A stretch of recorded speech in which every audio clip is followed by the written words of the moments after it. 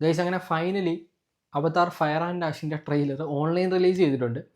ആദ്യം ഐമാക്സ് റിലീസായിരുന്നു. അപ്പം അവർ പറഞ്ഞത് എന്താണെന്ന് വെച്ച് കഴിഞ്ഞാൽ ഈ പറയുന്നതുപോലെ എക്സ്ക്ലൂസീവ് തിയേറ്റർ റിലീസ് മാത്രമേ വെക്കുന്നുള്ളൂ, ഒരു ഓൺലൈൻ റിലീസ് ഇല്ല എന്നാണ്.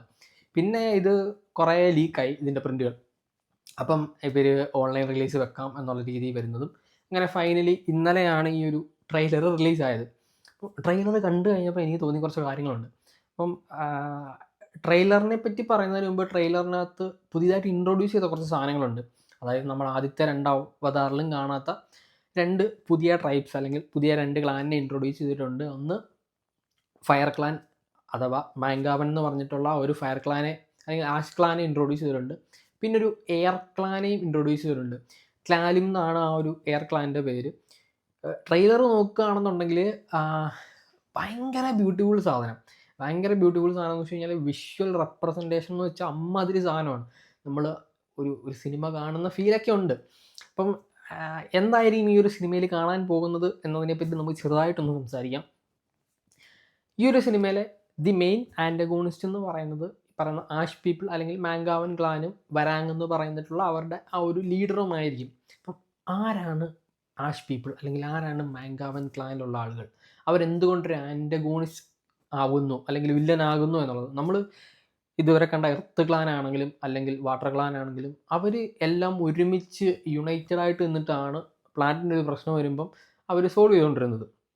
അപ്പം എന്തുകൊണ്ടാണ് ആഷ് പീപ്പിൾ ഒരു അല്ലെങ്കിൽ ഡിഫറൻ്റ് ആകുന്നതെന്ന് ചോദിച്ചു കഴിഞ്ഞാൽ ആഷ് പീപ്പിളും ഈ പറയുന്നത് പോലെ തന്നെ എർത്ത് ക്ലാനിനെ പോലെ ഒരു നോർമൽ ക്ലാൻ ആയിരുന്നു. അവർക്കും ഒരു വലിയ ജയൻറ്റ് ട്രീ ഉണ്ടായിരുന്നു.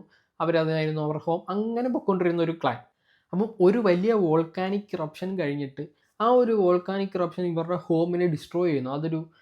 അതൊരാശാക്കി മാറുന്നു. ഒരു ജസ്റ്റ് അതായത് ഫുള്ളി ഡിസ്ട്രോയിഡ് ആയിട്ട് ഒരു മൊത്തം ഒരു തരിശ് ഭൂമിയാകുന്നു എന്നൊക്കെ പറയില്ലേ, അതേപോലെ ആകുന്നു.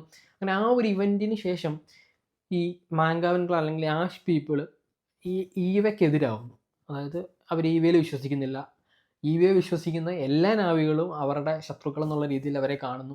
അങ്ങനെ ഒരു ഭയങ്കര റെസിസ്റ്റൻസ് പോലെയാണ് ഈ ഒരു ക്ലാൻ മുന്നോട്ട് പോകുന്നത്. അതുകൊണ്ടാണ് അവരെ ഒരു മെയിൻ ആൻറ്റഗോണിസ്റ്റ് എന്ന് പറയുന്നത്.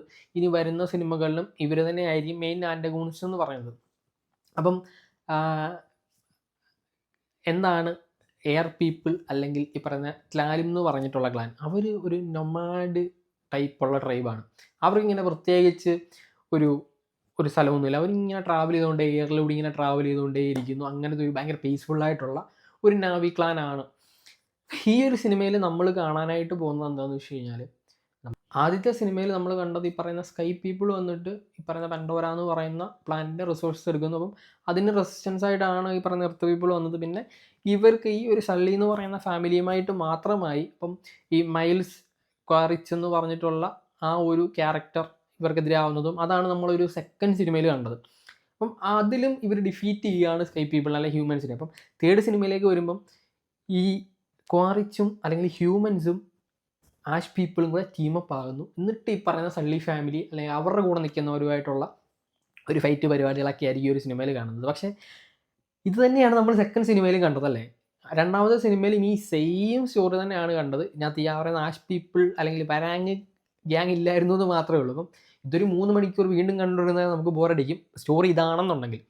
അപ്പം എനിക്ക് തോന്നുന്ന ഒരു സാധനം എന്താണെന്ന് വെച്ച് കഴിഞ്ഞാൽ, ഇതേപോലെ തന്നെ ഹ്യൂമൻസ് ഈ പറയുന്ന ആഷ് പീപ്പിളുമായിട്ട് ടീമപ്പ് ആകുന്നതും പിന്നെ ഒരു പോയിന്റ് കഴിയുമ്പം ഇത് ഹ്യൂമൻസിന് ബാക്ക് ഫയർ ചെയ്യും. കാരണം എന്താണെന്ന് വെച്ച് കഴിഞ്ഞാൽ, ഇനി എന്ത് റെസിസ്റ്റൻസ് ആണെന്ന് പറഞ്ഞാലും പൻഡോര എന്ന് പറയുന്ന പ്ലാനറ്റ് വിട്ടുകൊടുത്തിട്ട് ഓരോ ആഷ് പീപ്പിളും കളിക്കരുത്, അങ്ങനെ ഒരു കളിക്ക് നിൽക്കില്ല. അപ്പം ആ ഒരു പോയിന്റ് വരുമ്പോൾ ഇവന്മാർ തിരിയും. എന്നിട്ട് പറയുന്ന പോലെ സ്കൈ പീപ്പിളിനെ അല്ലെങ്കിൽ ഹ്യൂമൻസിനെ അടിക്കുന്ന ഒരു പരിപാടി ആയിരിക്കും സെറ്റ് ചെയ്യുന്നത്. പക്ഷേ എന്നാലും ഈ പറയുന്ന ആഷ് പീപ്പിൾ ഒരിക്കലും അല്ലെങ്കിൽ ഈ മാങ്കാവൻ എന്ന് പറയുന്ന ക്ലാൻ ഒരിക്കലും ബാക്കിയുള്ള നാവീസുമായിട്ട് ചേർന്ന് പോവില്ല. കാരണം ഇനി വരുന്ന സീക്വൽ സിനിമകളിലും ഇവർ തന്നെയാണ് മെയിൻ ആൻറ്റഗോണിസ്റ്റ് എന്ന് ഓൾറെഡി പറഞ്ഞിട്ടുണ്ട്. അപ്പം എനിക്ക് തോന്നുന്നത് അടിക്കുന്നു, അത് കഴിഞ്ഞിട്ട് ഇവർ ഈ ഒരു റെസിസ്റ്റൻസ് ആയിട്ട് നിന്ന് അങ്ങനെ പോകുന്നു എന്നുള്ളതാണ്.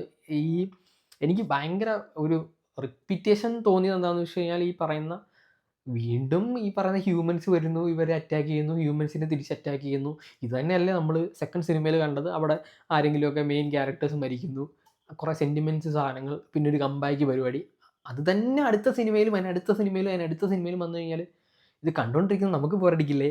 ആദ്യത്തെ സിനിമ 2 മണിക്കൂർ 58 മിനിറ്റ് ഉണ്ടായിരുന്നു, ഏകദേശം 3 മണിക്കൂർ. രണ്ടാമത്തെ സിനിമ 3.25 മണിക്കൂർ ഉണ്ടായിരുന്നു. മൂന്നാമത്തെ സിനിമ ഏകദേശം 3 മണിക്കൂറോളം കാണും. അപ്പോൾ 3 മണിക്കൂർ ഈ സെയിം സാധനം കാണുന്ന സമയത്ത് ഒരു സ്ട്രോങ് സ്റ്റോറി അല്ലാന്നുണ്ടെങ്കിൽ ഓക്കെ, ബോറടിക്കാനുള്ളൊരു പോസിബിലിറ്റി ഉണ്ട്. എനിക്ക് പേഴ്സണലി തോന്നിയ സാധനമാണ് ഞാൻ പറയുന്നത്. ഇതിങ്ങനെ ആകുമെന്നൊന്നും ഞാൻ പറയുന്നൊന്നുമില്ല. പക്ഷേ എനിക്കിങ്ങനെ ഒരു സാധനം തോന്നി. ഇതിങ്ങനെ ആയിരിക്കും. ട്രെയിലർ കണ്ട സമയത്ത് ഇങ്ങനെ തന്നെയാണ്. ഇവർ ഹ്യൂമൻസുമായിട്ട് ടീം അപ്പ് ആവുന്നു, ഇവരടിക്കാൻ പോകുന്നു, തിരിച്ചടിക്കുന്നു, പരിപാടികളൊക്കെ തന്നെയാണ്. ഒരു ബോറടിക്കുള്ള ചാൻസ് ഞാൻ കാണുന്നുണ്ട്. പിന്നെ ഈ 3 മണിക്കൂറുണ്ട് സാധനം. എവിടെയെങ്കിലുമൊക്കെ ബോറടിക്കും.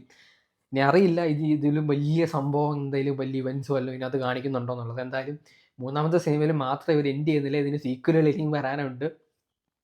കുറച്ച് വെറൈറ്റി കഥകൾ, അല്ലെങ്കിൽ ആദ്യത്തെ 2 സിനിമകളിൽ നമ്മൾ കാണാത്തൊരു സാധനമൊക്കെ തേർഡ് സിനിമയിൽ കൊണ്ടുവരാം. Okay, visual beauty, visual representation, character representation, ഈ പറയുന്ന വരാങ്ങൾക്ക് കിട്ടില്ല ക്യാരക്ടർ എന്ന് വെച്ചാൽ കിടിലൻ ക്യാരക്ടറാണ്. പക്ഷെ ഈ പറയുന്ന പോലെ നല്ലൊരു സ്റ്റോറി ഇല്ല എന്നുണ്ടെങ്കിൽ പോയില്ലേ കാര്യം. അപ്പം അത്രയും നല്ലൊരു സ്റ്റോറിയാണോ ജെയിംസ് ക്യാമറൂൺ സെറ്റ് ചെയ്തിട്ടുള്ളതെന്ന് ഡിസംബർ 19 അറിയാം. അത്രേ എനിക്കുള്ളൂ. ട്രെയിലർ ഒക്കെ ഒരു രക്ഷയില്ലാത്ത ട്രെയിലറൊക്കെയാണ്. എനിക്കറിയില്ല നിങ്ങൾക്ക് എന്താണ് കണ്ടപ്പോൾ തോന്നിയത്? നിങ്ങൾക്ക് സിനിമ കണ്ട്, അല്ലെങ്കിൽ ആദ്യത്തെ 2 സിനിമ കണ്ടു, ഇപ്പോൾ ഒരു ട്രെയിലർ കണ്ടു, നിങ്ങൾക്ക് എന്താണ് ഫീൽ ചെയ്തതെന്ന് പറ. ഇതൊരു സംഭവമായിരിക്കുമോ, അല്ലെങ്കിൽ ഒരു ബോറടിക്കുള്ള ചാൻസ് വരുമോ? ഞാൻ ഈ പറഞ്ഞ പോലെ ആയിരിക്കും സ്റ്റോറി പോകുന്നത്? എന്താണെന്ന് നിങ്ങൾ പറഞ്ഞാൽ നന്നായിരിക്കും. ഈ വരാങ്ങുന്ന അല്ലെങ്കിൽ ഈ ആഷ് ക്ലാനെ സെറ്റ് ചെയ്ത് വെച്ചിട്ടുള്ളത് കൊള്ളാം. അതെനിക്ക് ഭയങ്കര ഇതായിട്ട് ഇൻട്രസ്റ്റിംഗ് ആയിട്ട് തോന്നിയത്, ഈ ആഷ് ക്ലാനിൽ ഒരാൾ ഒരു നാവി ജോയിൻ ചെയ്യണം എന്നുണ്ടെങ്കിൽ ഇവർ ഈ ആരാണോ ഏത് നാവിയാണോ ജോയിൻ ചെയ്യാൻ വരുന്നത് ആ നാവി വേറൊരു നാവിയെ മർഡർ ചെയ്യണം, അല്ലെങ്കിൽ ആരെങ്കിലും ഒരാളെ കൊന്നിട്ട് മാത്രമേ ഇവർ കയറ്റുള്ളൂ. അത്രയും വെറുപ്പുണ്ട്. ഇപ്പം നമ്മൾ ഇതുവരെ കണ്ട ഒരു നാവീസ് അങ്ങോട്ടും ഇങ്ങോട്ടും അറ്റാക്ക് ചെയ്യില്ല. പക്ഷെ ഇവരങ്ങനെയല്ല, ഇവർ നാവീസിനെ അറ്റാക്ക് ചെയ്യും. അതായത് ഓൺ ട്രൈബ് അല്ലെങ്കിൽ ഓൺ കൈൻഡ് പീപ്പിളിനെ തന്നെ അറ്റാക്ക് ചെയ്യുന്ന ഒരു ടൈപ്പ്. അതൊരു രസമുണ്ട്. പക്ഷേ ഇതെങ്ങനെ സ്റ്റോറി സെറ്റ് ചെയ്യുന്നു എന്നുള്ളത് അറിയാനായിട്ടൊരു ഉണ്ട്. എനിക്കറിയില്ല ഗൈസ്. ഇത് ഞാൻ പറഞ്ഞ പോലെ ഒന്നും ആയിരിക്കില്ല ചിലപ്പോൾ സ്റ്റോറി ഇടുന്നത്. പക്ഷേ എൻ്റെ ഒരു തോട്ടാണ്. നിങ്ങൾക്ക് എന്താണ് തോന്നിയത് നിങ്ങൾ കമൻറ്റ് ചെയ്യുക. ഞാൻ പറഞ്ഞതിൽ എന്തെങ്കിലും മിസ്റ്റേക്ക് ഉണ്ടെന്നുണ്ടെങ്കിൽ അത് നിങ്ങൾ കമൻറ്റായിട്ട് പറയാം.